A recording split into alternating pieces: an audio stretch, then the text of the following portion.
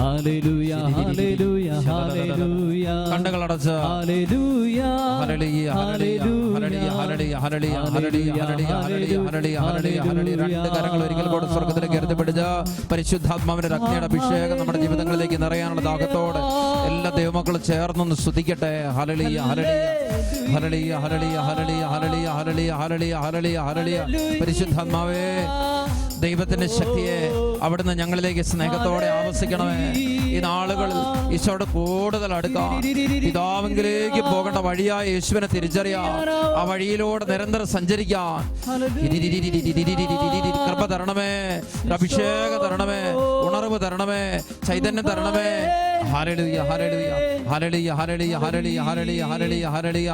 ആരാധന ആരാധന ആരാധന ആരാധന ആരാധന ആരാധന. ഹല്ലേലൂയ ഹല്ലേലൂയ ഹല്ലേലൂയ ഹല്ലേലൂയ ഹല്ലേലൂയ ഹല്ലേലൂയ ഹല്ലേലൂയ ഹല്ലേലൂയ. അഗ്നിനാവുകൾ എന്നിൽ കരങ്ങൾ ഹൃദയത്തോട് ചേർത്ത് പതിക്കുകയാ, കണ്ണുകളടച്ച് പ്രാർത്ഥിച്ച്. അഗ്നിജ്വാലകൾ എന്നിൽ നിറയുകയാ. പരിശുദ്ധാത്മാവേ, അഗ്നിനാവുകൾ എന്നിൽ പതിക്കുകയാ. ആത്മാവേ, അഗ്നിജ്വാലകൾ എന്നിൽ നിറയുകയാ. അഭിഷേകം അഭിഷേകം ഒരു വലിയ അഭിഷേകം, അഗ്നിമഴ പെയ്തിറങ്ങും അഭിഷേകം ഇപ്പോൾ പ്രാർത്ഥനയിലായിരിക്കുന്ന മുഴുവൻ മക്കളിലേക്ക് സംഭവിക്കും. അഭിഷേകം വചനം കേൾക്കുന്ന ഓരോരുത്തരിലേക്ക് സംഭവിക്കും. അഭിഷേകം വചനത്തെ സ്വീകരിച്ച് സൗഖ്യം പ്രാപിക്കാൻ, ശക്തി പ്രാപിക്കാൻ, അഗ്നിമഴ രക്ഷ പ്രാപിക്കാൻ, പെയ്തിറങ്ങും നിരാശ വിട്ടുമാറി പ്രത്യാശ നിറയട്ടെ. അഭിഷേകം അഭിഷേകം, വിശുദ്ധിയുടെ അഭിഷേകം നിറയട്ടെ, സ്നേഹത്തിന്റെ അഭിഷേകം നിറയട്ടെ, കാരുണ്യത്തിന്റെ അഭിഷേകം നിറയട്ടെ. ആരാധന ആരാധന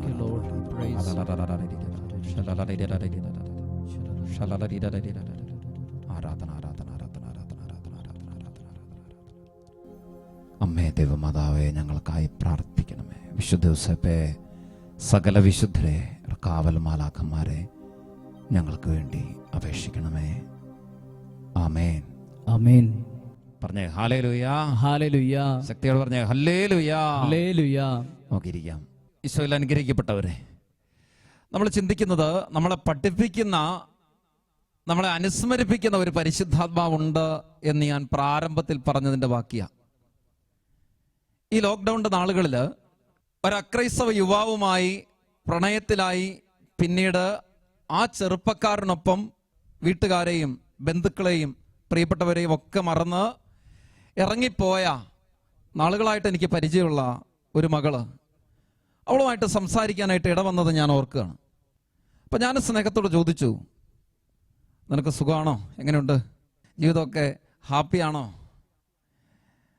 സന്തോഷമുണ്ടോ? അപ്പോൾ അവൾ പറഞ്ഞു, സന്തോഷം അച്ഛാ, നന്നായിരിക്കുന്നു.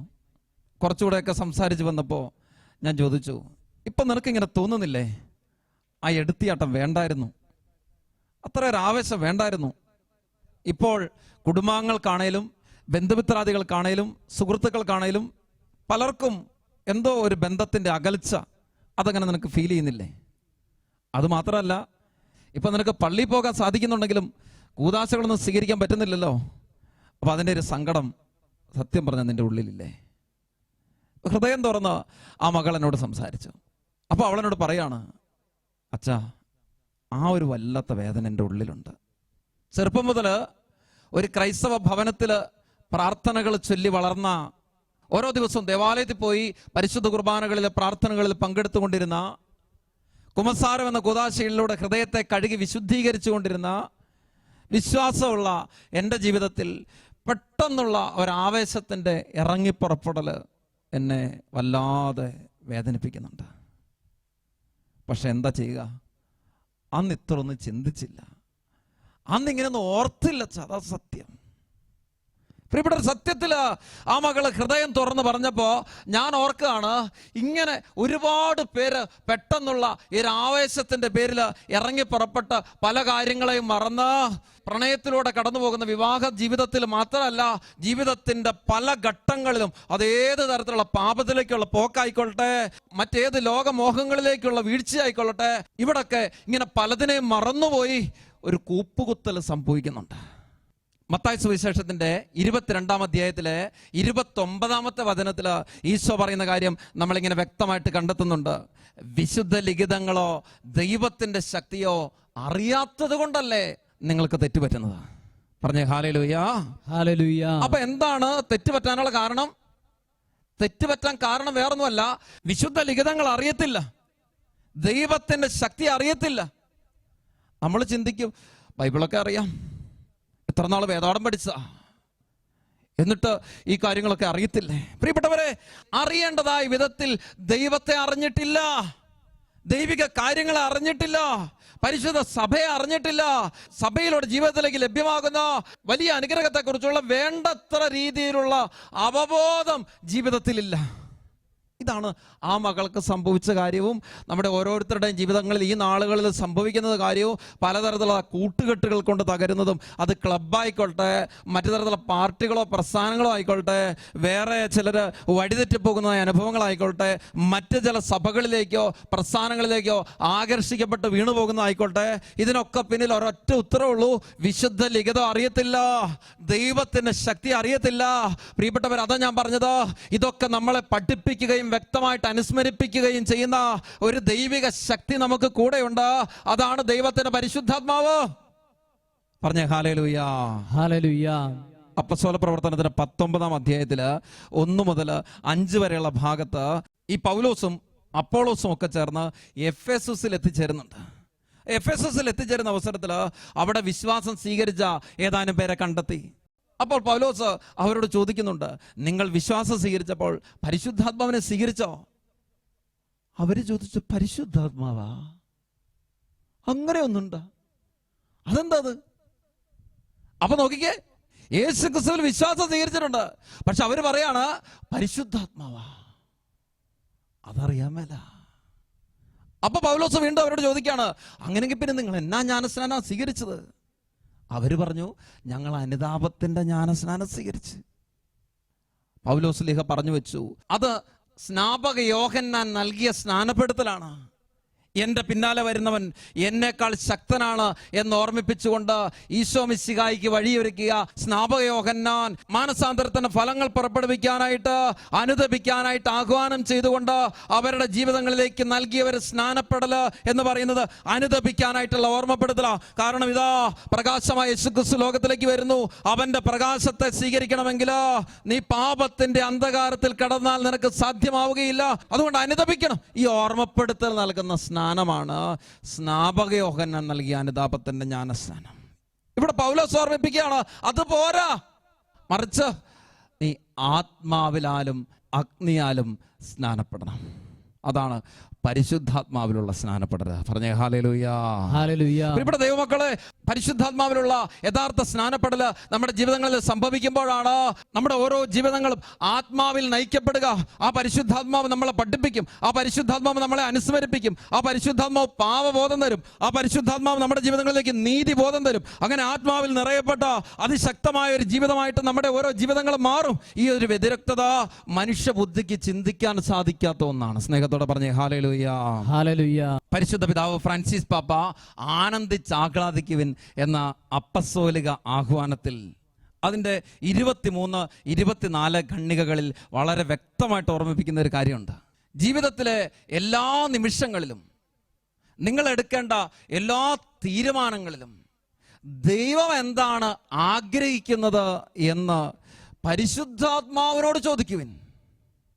ശ്രദ്ധിക്കണേ, ജീവിതത്തിലെ എല്ലാ നിമിഷങ്ങളിലും, നിങ്ങൾ എടുക്കേണ്ട എല്ലാ തീരുമാനങ്ങളിലും ദൈവം എന്താണ് ആഗ്രഹിക്കുന്നതെന്ന് ആരോട് ചോദിക്കണം? പരിശുദ്ധാത്മാവിനോട് ചോദിക്കണം. ഇന്നത്തെ ലോകത്തിൽ യേശുക്രിസ്തുവിനെ പ്രതിഫലിപ്പിക്കാൻ കഴിയുന്ന വ്യക്തിപരമായ ഒരു രഹസ്യത്തിന് നിങ്ങളിൽ രൂപം കൊടുക്കാൻ പരിശുദ്ധാത്മാവിനെ അനുവദിക്കുവാൻ. സ്നേഹത്തോടെ പറഞ്ഞ ഹല്ലേലൂയ. ഹല്ലേലൂയ. ഇന്നത്തെ ലോകത്തിൽ യേശുക്രിസ്തുവിനെ പ്രതിഫലിപ്പിക്കാൻ എനിക്ക് പറ്റണമെങ്കിൽ, ഈ ലോകത്തിൽ ഞാനായിരിക്കുന്ന സാഹചര്യങ്ങളിൽ എൻ്റെ ഈ ജീവിതത്തിലൂടെ മറ്റുള്ളവരോട് ദൈവം സംസാരിക്കാൻ ആഗ്രഹിക്കുന്ന യേശുവിൻ്റെ വചനം എന്താണ് എന്നുള്ളത് പരിശുദ്ധാത്മാവിൻ്റെ പ്രവർത്തനങ്ങൾ വഴി ഇന്ന് വെളിപ്പെട്ട് കിട്ടുമ്പോൾ, ആ പരിശുദ്ധാത്മാവിൻ്റെ പ്രേരണയ്ക്ക് ഞാൻ വഴങ്ങിക്കൊടുത്താൽ മാത്രമേ ഈ ലോകത്തിൽ ഞാനായിരിക്കുന്ന ഒരു ദൗത്യം പൂർത്തീകരിക്കുന്ന വ്യക്തിയായിട്ട് ഞാൻ മാറത്തുള്ളൂ. പ്രിയപ്പെട്ടവർ, അല്ലെങ്കിൽ ഞാൻ എൻ്റെ തന്നിഷ്ടപ്രകാരം മാത്രം ജീവിച്ചു പോകുന്ന ഒരു വ്യക്തിയായിട്ട് മാറും. ഒരു താന്തോന്നിത്തം, ഒരു അനുസരണക്കേട്, ഒരു തോന്നിയാസം ഏത് ജീവിതത്തിൽ വിളിക്കപ്പെട്ട വ്യക്തിയായാലും, ഏത് ദൈവവിളിയിലുള്ള വ്യക്തിയായാലും എൻ്റെ ജീവിതത്തിൽ ഞാൻ നിർവഹിക്കാൻ ദൈവം ആഗ്രഹിക്കുന്ന ഒരു കാര്യമായിരിക്കില്ല എൻ്റെ ഇഷ്ടം അനുസരിച്ച് പ്രവർത്തിക്കുന്ന ഒരു വ്യക്തിയായിട്ട് ഞാൻ അധപ്പതിക്കും. അതൊരിക്കലും എൻ്റെ ജീവിതത്തെ യഥാർത്ഥ ലക്ഷ്യത്തിലേക്ക് നയിക്കുന്നില്ല. പറഞ്ഞേ ഹല്ലേലൂയാ. ഹല്ലേലൂയ. യഥാർത്ഥ ലക്ഷ്യത്തിലേക്ക് നിന്റെ ജീവിതത്തെ നയിക്കുന്ന എന്താണ്? ആ ലക്ഷ്യം നിന്നിലൂടെ പൂർത്തിയാക്കാൻ ഈ ലോകത്തിൽ നിന്നെ സഹായിക്കുന്നതാണ് പരിശുദ്ധാത്മാവ്. വഴിയായ യേശുക്രിസ്തുവിലൂടെ നിരന്തരം സഞ്ചരിക്കാൻ നമ്മുടെ ജീവിതങ്ങളെ പ്രാപ്തമാക്കുന്നത് പരിശുദ്ധാത്മാവാണ്. സ്നേഹമുള്ളവരെ, ഈ പരിശുദ്ധാത്മാവിന്റെ പ്രേരണകൾക്ക് നമ്മുടെ ജീവിതങ്ങളെ നിരന്തരമായിട്ട് വിട്ടുകൊടുക്കാനായിട്ട് ഞാൻ നിങ്ങൾ മനസ്സാകണം. ഈ ആത്മാവിന്റെ പ്രവൃത്തിക്ക് എൻ്റെ ജീവിതം വിധേയമാകുമ്പോൾ എൻ്റെ ഇഷ്ടം മാറ്റിവെച്ച് ദൈവ ഇഷ്ടം നിറവേറ്റുന്ന ഒരു വ്യക്തിയായിട്ട് ഞാൻ മാറും. പരിശുദ്ധ അമ്മയെ പോലെ, അനേക വിശുദ്ധാത്മാക്കളെ പോലെ, ദൈവഹിതത്തിന് തങ്ങളെ തന്നെ സമ്പൂർണ്ണമായിട്ട് സമർപ്പിച്ച അനേക രക്തസാക്ഷികളെ പോലെ ആത്മാവിന്റെ പ്രേരണകൾക്ക് അനുസരിച്ച് ജീവിക്കുന്ന ഒന്നായിട്ട് എൻ്റെയും നിങ്ങളുടെയും ജീവിതങ്ങൾ രൂപാന്തരപ്പെടും. പ്രിയപ്പെട്ടവരെ, ഈ കാലഘട്ടത്തിൽ സംഭവിക്കേണ്ട വലിയൊരു പരിവർത്തനം അവിടെ. ഞാൻ ഓർക്കുന്നുണ്ട്, ഒരു കാലത്ത് ഈ പൗരോഹിത്യം എന്ന് പറയുന്നതിന്റെ യഥാർത്ഥ അന്തസത്ത ഇന്നും പൂർണ്ണമായിട്ടൊന്നല്ല, അതിന് പകുതി പോലും യഥാർത്ഥ രഹസ്യത്തിൽ മനസ്സിലാക്കാനായിട്ട് എനിക്കെന്നല്ല, ഒരു വൈദികർക്കെന്നല്ല, സഭാ നേതൃത്വത്തിൽ ആർക്കും തന്നെ സാധ്യതമാകും തോന്നുന്നില്ല. കാരണം അത് പരിശുദ്ധാത്മാവിലൂടെ മാത്രം വെളിപ്പെട്ട് കിട്ടുന്ന ഒരു സത്യമാണ്. അപ്പൊ ഞാൻ ഓർക്കാണ്, ആദ്യമൊക്കെ പൗരോഹിത്യ ശുശ്രൂഷ ചെയ്ത നാളുകളിൽ ഒരു പ്രോഗ്രാമൈസ്ഡ് പ്രീസ്റ്റ്ഹുഡ് എന്ന് പറഞ്ഞാൽ എന്താണ്? അവിടെ കുറേയേറെ കാര്യങ്ങൾ ഇങ്ങനെ ചെയ്തു കൂട്ടുക. ആ സംഘടനകളുടെ മത്സരം, മറ്റൊരു സംഘടനയുടെ മത്സരം, ഇവിടെ വേറൊരു സെമിനാർ, അവിടെ മറ്റൊരു പ്രോഗ്രാം, ഇവിടെ വേറെ എന്തൊക്കെ കെട്ടിപ്പടുക്കാനായിട്ട് ശ്രമിക്കുന്നു. അങ്ങനെ ദൈവത്തിൻ്റെ പരിശുദ്ധാത്മാവ് എന്താഗ്രഹിക്കുന്നല്ല. പ്രിയപ്പെട്ടവര്, ഈ ചെയ്ത പ്രവൃത്തിയൊക്കെ പാവമായിരുന്നോ? പാവമൊന്നുമല്ലായിരുന്നു. പക്ഷേ ദൈവത്തിൻ്റെ പരിശുദ്ധാത്മാവ് ആഗ്രഹിക്കുന്നത് എന്താണെന്ന് അന്വേഷിക്കാൻ മാത്രം ആത്മാവിലേക്ക് ശ്രദ്ധയൂന്നുന്ന ഒരു മനസ്സുണ്ടായിരുന്നില്ല. അത്രയുള്ള പ്രശ്നം. ഒരുപാട് കാര്യങ്ങൾ ചെയ്തു കൂട്ടുന്നുണ്ട്, അത് എൻ്റെ നേട്ടത്തിന് വേണ്ടിയൊന്നല്ല. പക്ഷെ എന്താണ്? ദൈവത്തിൻ്റെ പരിശുദ്ധാത്മാവ് എന്താണ് ആഗ്രഹിക്കുന്നത്, ദൈവം എന്നിൽ നിന്ന് എന്താണ് പ്രതീക്ഷിക്കുന്നത്, ഇത് അന്വേഷിക്കാതെ പോയി. അതുകൊണ്ട് ഒരു പൗരോഹിത്യത്തിന് യഥാർത്ഥ ആനന്ദം തിരിച്ചറിഞ്ഞില്ല. ജീവിതത്തിൽ പ്രതിസന്ധികളും അസ്വസ്ഥകളും ഉടലെടുക്കുമ്പോൾ വല്ലാതെ ആടി ഉലഞ്ഞു പോയ നാളുകളുണ്ടായിരുന്നു. കാരണം ഇത്രേ ഉള്ളൂ. നാളുകൾ കഴിഞ്ഞ് ചില തിരിച്ചറിവിൻ്റെ പ്രകാശം കിട്ടുമ്പോൾ ഞാൻ ഓർക്കുകയാണ്, ദൈവം ആഗ്രഹിക്കുന്ന ഒരു ജീവിതത്തിൽ നിന്ന് എത്രയോ വഴിമാറി നടന്ന നാളുകളായിരുന്നത്. പ്രിയപ്പെട്ടവർ, ഇതൊരു പൗരോഹിത്യ ജീവിതത്തെ മാത്രമല്ല, ഒരു സമർപ്പിത ജീവിതത്തെ മാത്രമല്ല, ഏതൊരു ക്രിസ്ത്യാനിയുടെയും ഏതൊരു മനുഷ്യൻ്റെ ജീവിതത്തിൽ ആത്മാവിൻ്റെ പ്രവർത്തനങ്ങളെയും അതിൻ്റെ ഇംഗിതങ്ങളെയും അന്വേഷിക്കാതെ പോകുന്ന ജീവിതങ്ങളിൽ സംഭവിക്കാവുന്ന സാധാരണ പാളിച്ചയത്. അതുകൊണ്ടാണ് പൗലോസ്ലീഹ ഓർമ്മപ്പെടുത്തത് റോമാലേഖനത്തിൻ്റെ 12:2 നിങ്ങൾ ഈ ലോകത്തിന് അനുരൂപരാകരുത്, പ്രത്യേക മനസ്സിൻ്റെ നവീകരണം വഴി രൂപാന്തരപ്പെടുവിൻ. ദൈവഹിതം എന്തെന്നും നല്ലതും പ്രീതികരവും പരിപൂർണവുമായത് എന്തെന്നും വിവേചിച്ചറിയാൻ അപ്പോൾ നിങ്ങൾക്ക് സാധിക്കും. നോക്കിക്കേ, അതായത് നല്ലതേതാണ്, ദൈവഹിതം ഏതാണ്, പരിപൂർണമായത് ഏതാണ്, ഇത് വിവേചിച്ചറിയാൻ നമ്മുടെ ജീവിതങ്ങൾക്ക് സാധ്യതമാകുന്നത് എപ്പോഴാണ്? ഈ ലോകത്തിന്റെ അരൂപി നമ്മുടെ ജീവിതങ്ങളെയൊക്കെ നയിച്ചുകൊണ്ടിരിക്കുമ്പോൾ ആ ഒരു തിരിച്ചറിവ് നമ്മുടെ ജീവിതത്തിൽ നഷ്ടപ്പെടുക. കാരണം ഈ ലോകത്തിന്റെ അരൂപി നമ്മളിൽ നിന്ന് മറച്ചു വെക്കുക. എന്ത്? ദൈവഹിതം അന്വേഷിക്കാനായിട്ടുള്ള മനസ്സ്, ദൈവഇഷ്ടത്തെ തിരയാനായിട്ടുള്ള ഒരു ഹൃദയം, അത് ഇങ്ങനെ മറയ്ക്കപ്പെടുക. ഒരുപക്ഷെ ലോകത്തിന്റെ വശ്യതകളാൽ സ്വാധീനിക്കപ്പെടുമ്പോൾ നമ്മുടെ മനസ്സുപോലെ അറിയാതെ ദൈവത്തിന്റെ പരിശുദ്ധാത്മാവിന്റെ പ്രവർത്തനം നമ്മൾ നിർജ്ജീവമായി പോവുകയാണ്. പൗലോസ്ലീഹ തെസ്സലോനിക്കക്കാർക്ക് ലേഖനത്തിൽ 5-ാം അധ്യായത്തിൽ ഓർമ്മിപ്പിക്കുന്നത് പോലെ നമ്മുടെ ജീവിതത്തിൽ നിർവീര്യമായി പോവുകയാണ്. അവിടെ പരിശുദ്ധാത്മാവിന്റെ അഭിഷേകം നമ്മുടെ ജീവിതത്തിൽ ഇല്ലാഞ്ഞിട്ടല്ല, മറിച്ച് പഴയ നിയമ ഗ്രന്ഥങ്ങളിലൊക്കെ നമ്മൾ കണ്ടെത്തുന്ന അപകടം പോലെ തന്നെ സംഭവിക്കുന്ന ഒരു ദുരന്തം. അതാ പറഞ്ഞേ ഹല്ലേലൂയ. ഹല്ലേലൂയ. നമ്മൾ ഓർക്കണം, സാംസൺ ഒരു സിംഹക്കുട്ടിയെ പോലും ഇങ്ങനെ കടലാസ് പിച്ചി ചെയ്യുന്ന ഒരു ലാഘവത്തോടുകൂടെ കീറിയെറിയാൻ കരുത്തുള്ളവനാണ്. സൗള് തെരഞ്ഞെടുക്കപ്പെട്ട ആദ്യത്തെ രാജാവ്, ഒന്നിനു പുറകെ ഒന്നൊന്നായിട്ട് യുദ്ധങ്ങളിൽ വിജയിച്ചു വന്ന ശക്തനായ നേതാവ്.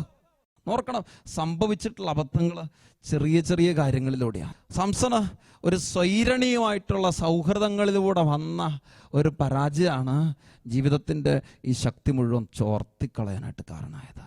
സാവൂളിൽ ഉയർന്നു വന്ന അനുസരണക്കേടിൻ്റെയും അസൂയയുടെയും ദുരരൂപിയാണ് ആ ജീവിതത്തെ തകർത്ത് കളഞ്ഞത്. അപ്പോസ്തല പ്രവർത്തനം പോലും പ്രതിപാദിക്കുന്ന ദൈവത്തിൻ്റെ ഹൃദയത്തിനിണങ്ങിയ ജസ്സയുടെ പുത്രൻ ദാവീദുണ്ട്. ഒരു നോട്ടപ്പിശകിലൂടെ വന്നെത്തിയ ആസക്തിയുടെ ദുരന്തത്തിൻ്റെ നീർക്കുഴിയിലേക്ക് പതിക്കുന്ന ദാവീദിൻ്റെ ദയനീയത നമ്മൾ പിന്നെ ദാവീദിൻ്റെ ജീവിതത്തിൽ കണ്ടെത്തുക. സർവജ്ഞാനിയായ സോളമന്റെ അധപ്പതൻ എങ്ങനാ? അന്യവംശത്തിൽ നിന്നോ അന്യദേശത്തു നിന്നോ നിനക്ക് നാരികളെയോ ഉപനാരികളെയോ സ്വീകരിക്കരുത് എന്ന ദൈവകൽപ്പനയെ മറന്ന് പ്രവർത്തിച്ചതിന്റെ ഫലമാണ് സോളമന്റെ പതനം. പ്രിയപ്പെട്ടവരെ, സത്യത്തിൽ ചെറിയ കാര്യങ്ങളിലെ വീഴ്ചകളാണ് അവരുടെയൊക്കെ ജീവിതത്തിൽ ആത്മാവിനെ നിർജീവമാക്കി കളയുന്നത്, അല്ലേ? എങ്ങനെയാണ് ദൈവത്തിന്റെ പരിശുദ്ധാത്മാവിന്റെ പ്രവർത്തനം നിർജീവമായി പോകുന്നത് എന്ന് ചോദിച്ചാൽ പല കാര്യങ്ങളിൽ പറയാമെങ്കിൽ ഒന്നാമത് അത് അജ്ഞത എന്ന് തന്നെ പറഞ്ഞു വെക്കണം. ലേവ്യരുടെ പുസ്തകത്തിന്റെ 6-ാം അധ്യായം 17-ാം വചനത്തിൽ നമ്മൾ കാണുന്നുണ്ട്, ദൈവമായ കർത്താവ് അരുളി ചെയ്യുകയാണ്, കർത്താവ് വിലക്കിയിട്ടുള്ളതിൽ ഏതെങ്കിലും ഒന്ന് പ്രവർത്തിച്ച് പാപം ചെയ്യുന്നവൻ അറിയാതെയാണ് ചെയ്യുന്നതെങ്കിൽ അവൻ കുറ്റക്കാരനാണ്. അതുകൊണ്ട് എന്ത് വേണം? അറിഞ്ഞിരിക്കണം. ദൈവിക കാര്യങ്ങളെക്കുറിച്ചുള്ള അജ്ഞത, വിശുദ്ധ ലിഖിതങ്ങളോ ദൈവത്തിന്റെ ശക്തിയോ അറിയാത്തത് കൊണ്ടല്ലേ നിങ്ങൾക്ക് തെറ്റുപറ്റുന്നത്. ജ്ഞാനത്തിന്റെ പുസ്തകത്തിന്റെ 13-ാം അധ്യായം 9-ാം വചനം, ലോകത്തെ ആരാഞ്ഞ് ഇത്രയും അറിയാൻ കഴിഞ്ഞെങ്കിൽ അവയുടെ ഉടയവനെ കണ്ടെത്താൻ വൈകുന്നത് എന്തുകൊണ്ട്? ലോകത്തിന്റെ എല്ലാ കാര്യങ്ങളും അറിയാന്നേ. ഒരു 4 വയസ്സുള്ള കൊച്ചിൻ്റെ അടുത്ത് പോലും ഒരു മൊബൈൽ കൊടുത്താൽ അതിന് എല്ലാ കേസ് കിട്ടും, അറിയത്തില്ലേ? എല്ലാം അറിയാം. പക്ഷേ ഒരു 40 വയസ്സുകാരൻ്റെ അടുത്ത് ഈ ബൈബിള് കൊടുത്താലോ വയർക്കും, ഇല്ലേ? ഒരു തിരിച്ചറിവില്ല. പ്രിയപ്പെട്ടവര്, ലോകത്തിന്റെ സകല കാര്യങ്ങളെക്കുറിച്ച് അറിയാം. ഒരു ഓഫീസിൽ പോയാൽ, ഒരു സ്ഥാപനത്തിൽ ചെന്നാൽ എന്നാ ചെയ്യേണ്ട സകല കാര്യങ്ങളും അറിയാം. ഓരോ ഇലക്ട്രോണിക്സ് ഉപകരണത്തെക്കുറിച്ചും വ്യക്തമായിട്ട് അറിയാം. നാളുകളായിട്ട് കൂടെയുള്ള ഈ അനുഗ്രഹീത ഗ്രന്ഥത്തെക്കുറിച്ച്, ദൈവത്തിൻ്റെ വചനത്തെക്കുറിച്ച് യാതൊരു തിരിച്ചറിവില്ല. രണ്ടാമതൊന്ന് അശ്രദ്ധയാണ്. പ്രഭാഷകരുടെ പുസ്തകം 19-ാം അധ്യായം 1b, ചെറിയ കാര്യങ്ങൾ അവഗണിക്കുന്നവൻ അല്പാൽപമായിട്ട് നശിക്കും. ചെറിയ കാര്യങ്ങൾ അവഗണിക്കുന്നത്. ഒരു 16 ടയറുള്ള വലിയ ടാങ്കർ ലോറി, അതിൻ്റെ ഒരു ചക്രത്തിൻ്റെ ഒരു നെട്ടഴിഞ്ഞാൽ കുഴപ്പമുണ്ടോ? ഇത്രയും ടയറല്ലേ, അതിനകത്ത് ഒരു ചക്രത്തിൻ്റെ ഒരു നെട്ടല്ലേ അഴിഞ്ഞുള്ളൂ, അതിന് കുഴപ്പമുണ്ടോ? അത് കുഴപ്പമാണ്. ബാക്കിയുള്ള നെട്ടൊക്കെ ലൂസായി തുടങ്ങും, പിന്നെ ബാക്കിയുള്ള ടയറൊക്കെ അഴിഞ്ഞു തുടങ്ങും, വലിയ അപകടത്തിനകത്ത് പതിക്കും. ചെറിയ കാര്യങ്ങൾ അവഗണിച്ചാൽ നശിക്കും. ചെറിയ കാര്യങ്ങളാ, ഒരു രാവിലെ എഴുന്നേൽക്കുന്ന കാര്യത്തിലുള്ള അശ്രദ്ധയായിരിക്കാം, ഒരു അസ്വസ്ഥതയായിരിക്കാം. പ്രിയപ്പെട്ടവരെ, അങ്ങനെ തുടങ്ങുന്ന ഓരോ കാര്യങ്ങൾ, ഒരാത്മീയ കാര്യങ്ങൾ മാറ്റിവെക്കുന്ന കാര്യമായിക്കോട്ടെ, ഒരലസതയുടെ അരൂപി പിടികൂടിയതായിക്കോട്ടെ, ജീവിതത്തെ തകർത്ത് കളയും. മൂന്നാമതൊന്ന് ആസക്തിയ, ദാവീദിന്റെ പരാജയം പോലെ. പ്രഭാഷകരുടെ പുസ്തകം 6:2, മകനെ അഭിലാഷങ്ങൾക്ക് അടിമപ്പെട്ടിരുത്, അതിനെ കാളക്കൂറ്റിനെ പോലെ കുത്തിക്കീറും, നിന്റെ ഇലകൾ ഭക്ഷിക്കുകയും ഫലങ്ങൾ ചവിട്ടി നശിപ്പിക്കുകയും ചെയ്യും. നീ ഒരു ഉണക്കമരമായിട്ട് മാറും. റോമലേഖനത്തിൽ 8-ാം അധ്യായത്തിൽ ഈ ശരീരത്തിന്റെ പ്രവണതകളെ അതിജീവിക്കേണ്ടതിന് ആവശ്യകതയെക്കുറിച്ച് വളരെ വ്യക്തവും കൃത്യമായിട്ട് പൗലോസ്ലീഹ ഓർമ്മിപ്പിക്കുന്നുണ്ട്. ഗലാത്യ സഭയ്ക്ക് എഴുതിയ ലേഖനത്തിൽ 6-ാം അധ്യായം 8-ാം വചനത്തിൽ പൗലോസ്ലീഹ വ്യക്തമായിട്ട് ശരീരത്തിന്റെ പ്രവണതകളെ അതിജീവിക്കേണ്ടതിന് ആവശ്യകതയെക്കുറിച്ച് ഓർമ്മിപ്പിക്കുന്നുണ്ട്. നാലാമതൊന്ന് അസൂയയുടെ തലമ. ഉത്തമഗീതം 8:6 നമ്മളിതിനെ വായിക്കുന്നുണ്ട്. പ്രേമം മരണം പോലെ ശക്തമാണ്, അസൂയ ശവക്കുഴി പോലെ ക്രൂരമാണ്. സൗളിന്റെ പരാജയത്തിന് കാരണം വേറൊന്നും ആയിരുന്നില്ല. ഈ നാളുകളിൽ ആത്മീയ മേഖലകളിൽ വ്യാപരിക്കുന്ന വ്യക്തികളുടെ ജീവിതങ്ങളെ പോലും തകർത്തടിച്ചിട്ടുള്ള ആത്മാവിനെതിരെയുള്ള ഗൗരവതരമായൊരു പാപം എന്ന് ചോദിച്ചാൽ അത് അസൂയ. ജീവിതത്തിന്റെ ഓരോ തലങ്ങളിൽ നിൽക്കുന്നവരിലും ഉയർന്നു വരുന്ന കടുത്ത പതനത്തിലേക്ക് നയിക്കാവുന്ന ഒരു പാപമാണ് അസൂയ. അഞ്ചാമതൊന്ന് അഹങ്കാരമാണ്. പ്രഭാഷകരുടെ പുസ്തകത്തിന്റെ 16-18, അഹങ്കാരം നാശത്തിന്റെ മുന്നോടിയാണെന്ന് പറയുക. ചിന്തിച്ചു നോക്ക്, ഒരുപാട് ജീവിതങ്ങളെ അഹങ്കാരം ഇങ്ങനെ കൂപ്പുകുത്തിച്ചിട്ടുണ്ട്. നമ്മുടെ ജീവിതത്തിലെ ആത്മാവിൻ്റെ പ്രവർത്തികളെ ഇതുപോലുള്ള തിന്മകൾ എത്രയോ നിർവീര്യമാക്കി കളഞ്ഞിട്ടുണ്ട്. പൗലോസ്ലീഹ തെസ്സലോനിക്കക്കാർക്ക് എഴുതിയ ലേഖനത്തിൽ 5:19 ഓർമ്മിപ്പിച്ചു വെച്ചു. പരിശുദ്ധാത്മാവിനെ നിർവീര്യമാക്കരുത്. എഫെസസ് ലേഖനത്തിന്റെ 4-ാം അധ്യായം 30-ാം വചനത്തിൽ പൗലോസ് ശ്ലീഹ ഓർമ്മിപ്പിച്ചു, രക്ഷയുടെ ദിനത്തിന് വേണ്ടി നിങ്ങളെ മുദ്രിതരാക്കിയ ദൈവത്തിന്റെ പരിശുദ്ധാത്മാവിനെ വേദനിപ്പിക്കരുത്. പ്രിയപ്പെട്ട ദൈവമക്കളെ, പരിശുദ്ധാത്മാവിനെ നിർവീര്യമാക്കിയാൽ, പരിശുദ്ധാത്മാവിനെ വേദനിപ്പിച്ചാൽ ആ പരിശുദ്ധാത്മാവ് നമ്മളിൽ നിർജീവമായി പോകും. പിന്നെ പരിശുദ്ധാത്മാവ് നമ്മുടെ ഉള്ളിൽ പ്രവർത്തിക്കുകയല്ല, പരിശുദ്ധാത്മാവ് നമ്മളിൽ ജ്വലിക്കുകയല്ല, ഒരു ജീവനറ്റ ശവശരീരമായിട്ട് നമ്മുടെ തത്തപ്പത്തിക്കും. ദൈവത്തിന്റെ പരിശുദ്ധാത്മാവ് നമ്മളിൽ ഉണരണം. ഈ ചെറിയ ആരാധനയുടെ നിമിഷങ്ങളിൽ നമ്മുടെ ജീവിതങ്ങളെ സ്നേഹപൂർവ്വം ആ ജ്വലിക്കുന്ന ദിവ്യകാരുണ്യത്തോട് ചേർത്ത് വെച്ച് ആ ആത്മാവിന്റെ അഗ്നിയാൽ നമ്മുടെ ജീവിതങ്ങളെ ജ്വലിപ്പിക്കാം. പരിശുദ്ധാത്മാവിൽ പൂരിതരാകാം. കർത്താവ് നമ്മളെ അനുഗ്രഹിക്കട്ടെ.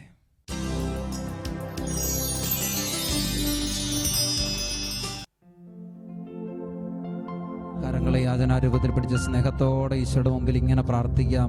ദിവ്യകാരുണ്യമായി ഞങ്ങളോട് കൂടെ വസിക്കുന്ന കരുണയുള്ള നല്ല ദൈവമേ, എന്റെ ജീവിതം മുഴുവനെയും ഞാനായിരിക്കുന്ന അവസ്ഥയിൽ അങ്ങയുടെ തിരുമുമ്പാകെ സമർപ്പിക്കുന്നു. നല്ല ദൈവമേ, അവിടുത്തെ പരിശുദ്ധാത്മാവിനാൽ എന്റെ ജീവിതത്തെ അവിടുന്ന് നയിക്കുവാനായി ആഗ്രഹത്തോടെ ഞാൻ പ്രാർത്ഥിക്കുന്നു. കഴിഞ്ഞ നാളുകളിൽ ദൈവിക കാര്യങ്ങളെ കുറിച്ചുള്ള അജ്ഞത നിമിത്തവും എന്റെ അഹങ്കാരത്താലും ആസക്തികളാലും അസൂയയാലും എന്റെ ജീവിതത്തിൽ ആത്മാവിന്റെ പ്രേരണകളെ നിർവീര്യമാക്കി കളഞ്ഞതിനെ ഓർത്ത് ആത്മാർത്ഥമായ അനുതാപത്തോടെ മാപ്പ് ചോദിക്കുന്നു. ദൈവത്തിന്റെ പരിശുദ്ധാത്മാവേ, എന്നോട് കരുണ തോന്നണമേ, എന്നോട് ദയ തോന്നണമേ. എന്റെ കുറവുകൾ മറന്ന് അവിടുത്തെ ദിവ്യ സ്നേഹത്താൽ എന്നെ ജ്വലിപ്പിക്കണമേ. ഹല്ലേലൂയ.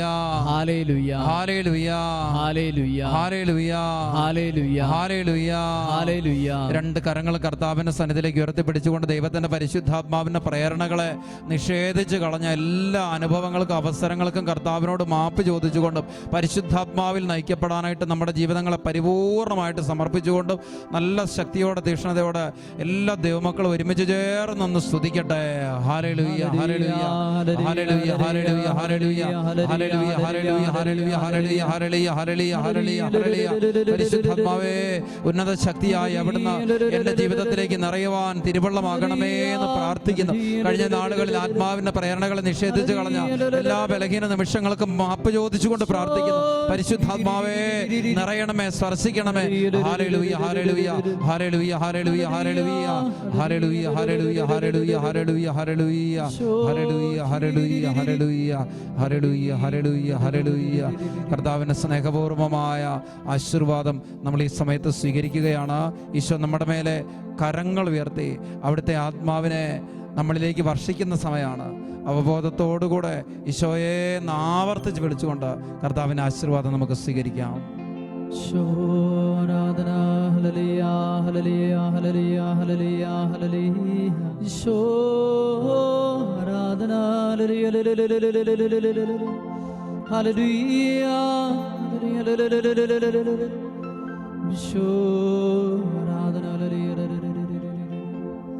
പരിശുദ്ധ പരമ ദിവ്യകാരുണ്യത്തിന് എന്നേരവും ആരാധനയും സ്തുതിയും പുകഴ്ചയും ഉണ്ടായിരിക്കട്ടെ.